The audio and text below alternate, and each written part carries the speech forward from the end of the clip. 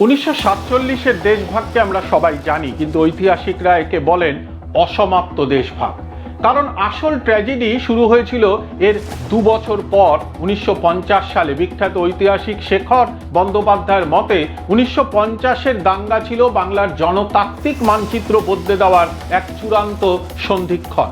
কেন এই দাঙ্গাকে দ্বিতীয় দেশভাগ বলা হয়? কেন সাধারণ মানুষের রক্তে দুই বাংলার নদীগুলো লাল হয়ে গিয়েছিল?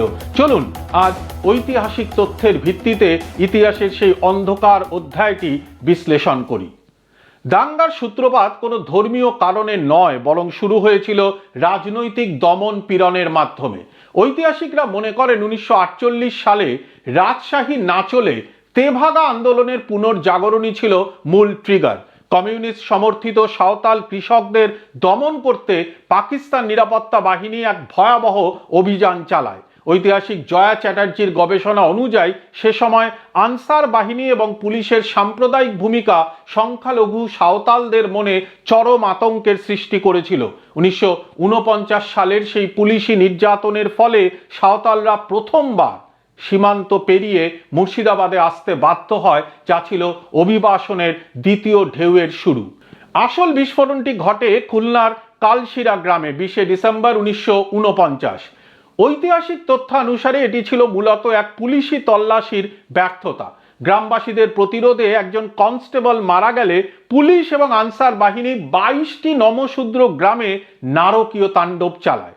শেখর বন্দ্যোপাধ্যায় তার গবেষণায় দেখিয়েছেন এই ঘটনাটি কেবল একটি দাঙ্গা ছিল না, এটি ছিল লক্ষ লক্ষ নমশূদ্র মানুষের শেকড় উপড়ে ফেলার প্রথম ধাপ। 10ই ফেব্রুয়ারির মধ্যে শিয়ালদা স্টেশনে যখন 13,000 শরণার্থী ভিড় করে, তখন কলকাতার সংবাদ মাধ্যমগুলোতে তা এক মিনি নোয়াখালী হিসেবে চিত্রিত হতে থাকে।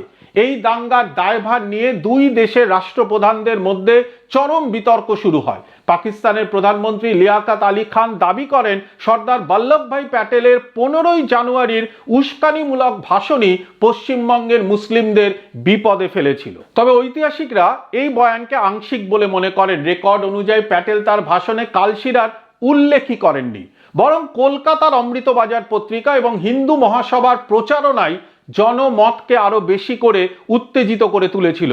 ঐতিহাসিক প্রফুল্ল চক্রবর্তী তার দ্য মার্জিনাল ম্যান বইতে দেখিয়েছেন কিভাবে সাধারণ মানুষের ক্ষোভকে রাজনৈতিক স্বার্থে ব্যবহার করা হয়েছিল। 1950 সালের 8ই ফেব্রুয়ারি, দীর্ঘ 2 বছর পর কলকাতায় আবার শুরু হয় দাঙ্গা। এবার লক্ষ্য ছিল উত্তর ও মধ্য কলকাতার মুসলিম এলাকাগুলো। ঐতিহাসিকদের মতে এই দাঙ্গায় স্থানীয় নিরাপত্তা কর্মীদের পরোক্ষ মদত ছিল, যার ফলে প্রাণ বাঁচাতে প্রায় 7 লক্ষ মুসলিম পূর্ব পাকিস্তানে পালিয়ে যান।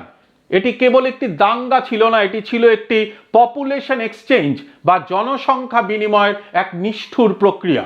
কলকাতার খবরের প্রতিক্রিয়া আছড়ে পড়ে পূর্ব বাংলায়।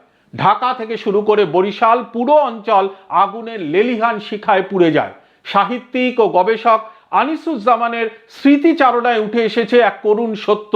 উভয় বাংলার মানুষ বিশ্বাস করতে শুরু করেছিল যে অন্য প্রান্তে তাদের ধর্মের মানুষেরা কচু কাটা হচ্ছে। সবচেয়ে ভয়াবহ ঘটনা ঘটেছিল বরিশালে।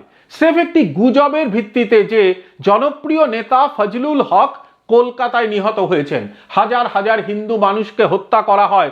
ভৈরব ব্রিজে ট্রেন থামিয়ে শরণার্থীদের ওপর হামলা চালানো আজও ইতিহাসের এক কলঙ্কিত অধ্যায় হয়ে আছে।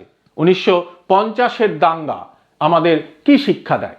ঐতিহাসিকদের বিশ্লেষণে দেখা যায় এই দাঙ্গার সবচেয়ে বড় শিকার হয়েছিলেন উচ্চবিত্তরা নন, বরং দরিদ্র কৃষক, সাঁওতাল এবং নমশূদ্রেরা, যারা ঘর হারিয়েছিলেন, ভিটে হারিয়েছিলেন এবং শেষ পর্যন্ত হয়েছিলেন রিফিউজি বা উদ্বাস্তু।